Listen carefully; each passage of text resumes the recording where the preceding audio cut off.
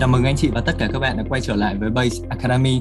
Trong video trước, chúng ta đã cùng nhau tìm hiểu về cách mà một người nhân viên sẽ sử dụng phần mềm Base Office để nhận thông báo về công văn mới, cũng như là tìm kiếm lại các công văn thông báo mà phần mềm đã lưu trữ. Trong video này, tôi sẽ mô tả về cách mà chúng ta sẽ thiết lập để đưa phần mềm Base Office vào sử dụng cho các anh chị làm người triển khai hệ thống.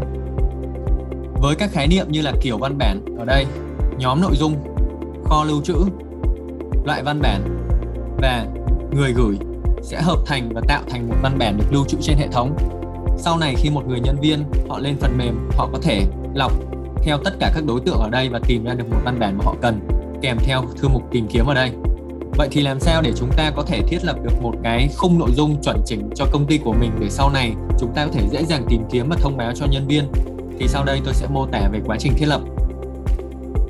Anh chị sẽ quay trở lại trang chủ của office.base.vn và đầu tiên chúng ta cần thiết lập đó là phần tùy chỉnh. Trong phần tùy chỉnh thì cũng sẽ có các khái niệm vừa rồi tôi giới thiệu. Đầu tiên chúng ta sẽ đi từ trên xuống dưới, đó là phần quản lý chung. Phần Base Office phục vụ cho việc ban hành và lưu trữ văn bản. Chính vì các văn bản trên Office có tính chất rất là quan trọng, nên trước khi văn bản gửi đi, cần phải có một ai đó thực hiện hành động duyệt.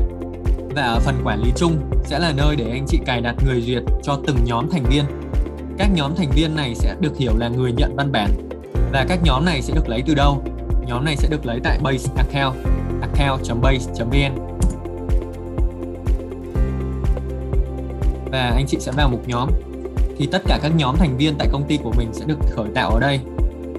Hoạt động khởi tạo các cái nhóm thành viên ở đây phải yêu cầu hoàn thành trước khi chúng ta bắt đầu khởi tạo Base Office.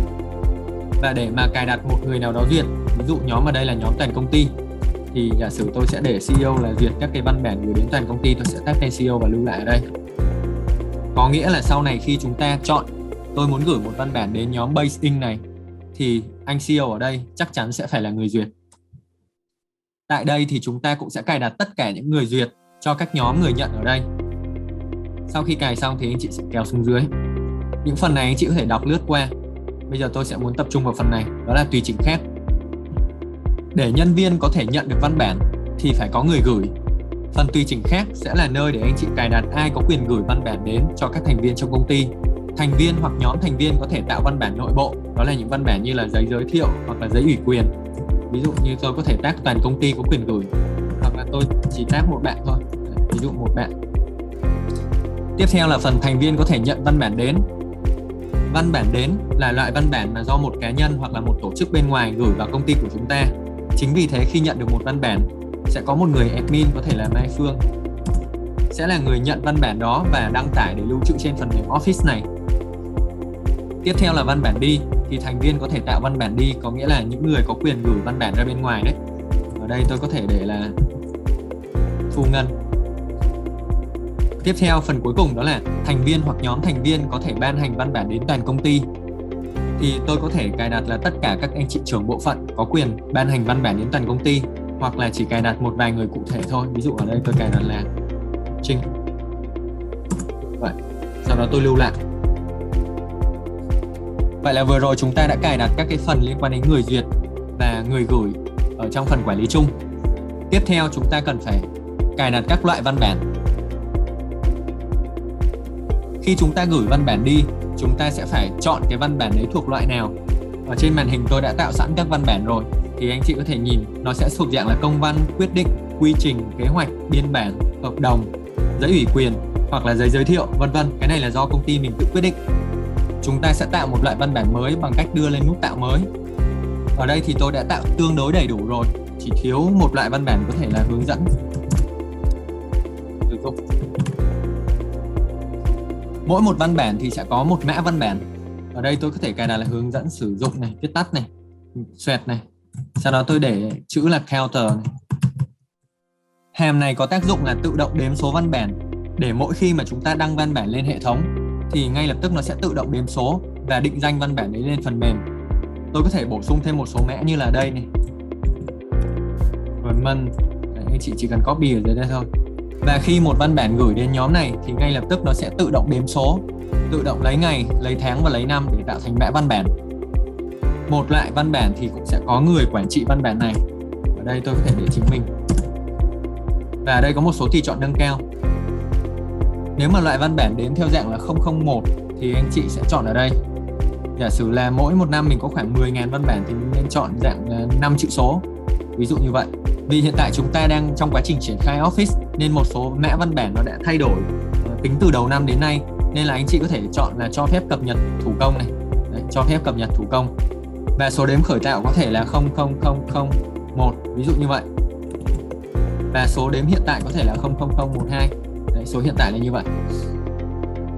Anh chị có thể cài đặt là khi mà gửi vào một cái tài liệu hướng dẫn thì cần phải có yêu cầu ban hành. Anh chị tích vào đây, còn không thì mình bỏ qua. Vậy là vừa rồi chúng ta đã cài đặt một số thông tin cơ bản cho một loại văn bản. Trong quá trình thiết lập, anh chị có thể đọc thêm một vài lựa chọn ở dưới đây để cài đặt cho phù hợp với văn bản của công ty mình. Ở đây thì tôi có lưu ý là khi một văn bản gửi đi thì mình nên gửi mail đến người nhận. Tiếp theo là tích hợp giao việc với WeWork. Và nếu mà công ty anh chị có sử dụng chữ ký điện tử thì anh chị tích chọn vào đây. Rồi sau đó thì anh chị lưu lại. Như vậy là chúng ta đã tạo thành một loại văn bản mới với mã số tự động là như thế này và số đếm hiện tại là số 12. Khái niệm tiếp theo chúng ta cần quan tâm đó là phần kho lưu trữ. Kho lưu trữ thì như video trước tôi đã giải thích, nó là thể hiện cái vị trí địa lý ở bên ngoài. Có nghĩa là thực tế công ty anh chị đang có bao nhiêu kho tại bao nhiêu văn phòng thì mình sẽ tạo ra bấy nhiêu văn phòng và kho tại đây. Có thể tôi sẽ tạo như sau, đó là tôi sẽ tạo văn phòng đầu tiên. Ở trong trường hợp này tôi tạo văn phòng Hồ Chí Minh và văn phòng Hà Nội. Sau khi anh chị đã đưa chuột lên đây và tạo được thành văn phòng thì sau đó anh chị sẽ bắt đầu nút tạo mới, đó là tạo các cái kho lưu trữ. Ví dụ như ở văn phòng Hồ Chí Minh hiện tại đang có phòng hành chính và phòng kế toán. Ví dụ tôi có một phòng là phòng pháp lý. Ví dụ phòng pháp lý. Tôi chọn văn phòng là văn phòng Hồ Chí Minh. Người quản lý là ví dụ như vậy. Những cái này thì anh chị có thể đọc để hiểu thêm. Sau đó thì tôi sẽ chọn là danh sách sổ văn bản, thì ở đây có thể là loại văn bản hợp đồng. Sau đó tôi enter. Ngoài hợp đồng thì tôi có là hợp đồng mẫu, giấy ủy quyền chẳng hạn. Ví dụ như vậy, và sau đó tôi lưu lại. Như vậy thì anh chị đã có thêm một đối tượng trong quá trình lưu trữ văn bản, đó là kho lưu trữ. Và chúng ta lưu trữ theo ngăn kéo, đó là trong phòng pháp lý có 3 cái ngăn kéo là giấy ủy quyền, hợp đồng mẫu và hợp đồng. Tiếp theo là phần cây thư mục. Mục đích của phần cây thư mục sẽ là nơi để mà chúng ta phân loại ra các cái nội dung của công ty theo từng cây thư mục lớn. Và trong mỗi thư mục lớn thì sẽ có các thư mục nhỏ. Mục đích của cây thư mục là giúp chúng ta phân loại các cái văn bản theo từng nội dung và đối tượng để có thể dễ dàng tìm kiếm sau này. Ở đây thì tôi đang chia theo tiêu chí đó là đối tượng. Ví dụ như là đối tượng là từ tổng công ty này, đối tượng là những hoạt động liên quan đến khách hàng, những hoạt động liên quan đến đối tác, những hoạt động liên quan đến dự án và công trình mà công ty đang triển khai. Trong đây thì cũng có các cái nhóm, ví dụ như là giám sát dự án, hình ảnh dự án hoặc là tiến độ dự án. Ở đây thì anh chị có thể có câu hỏi đó là quy trình các bộ phận và chính sách các bộ phận tại sao lại không nằm trong công ty. Thì ở đây cũng giải thích luôn, đó là có thể quy trình và chính sách sẽ có rất là nhiều văn bản liên quan, nên tôi tách thành một thư mục riêng, và trong thư mục đó thì tôi phân bổ theo các phòng ban. Và cần nhấn mạnh một phần, đó là cây thư mục ở đây sẽ do công ty anh chị hoàn toàn là người quyết định. Và để tạo được một cây thư mục thì anh chị đầu tiên đưa lên nút tạo mới này. Ở đây thì chúng ta sẽ tạo đầu tiên là nhóm nội dung. Vì trong giao diện này tương đối đã đầy đủ rồi thì tôi sẽ tạo thêm một nhóm nội dung có thể tên là phần mềm base đi. Với những công ty đang triển khai phần mềm base thì cái việc tạo một thư mục riêng cho phần mềm base cũng là rất quan trọng để cho các thành viên có thể dễ dàng truy cập và tìm kiếm các tài liệu hướng dẫn và các quyết định liên quan đến phần mềm. Và tôi để mã là base chẳng hạn. Lưu lại. Thì khi mà anh chị tạo xong thì nó sẽ có một cái cây thư mục ở dưới đây. Tiếp theo chúng ta đưa chuột vào đây và tạo các thư mục con bên trong. Ví dụ như trong phần mềm base thì có phần mềm Word cộng. Trong phần mềm base thì có phần info cộng. Ví dụ như vậy. Và một phần nữa là phần HRM cộng.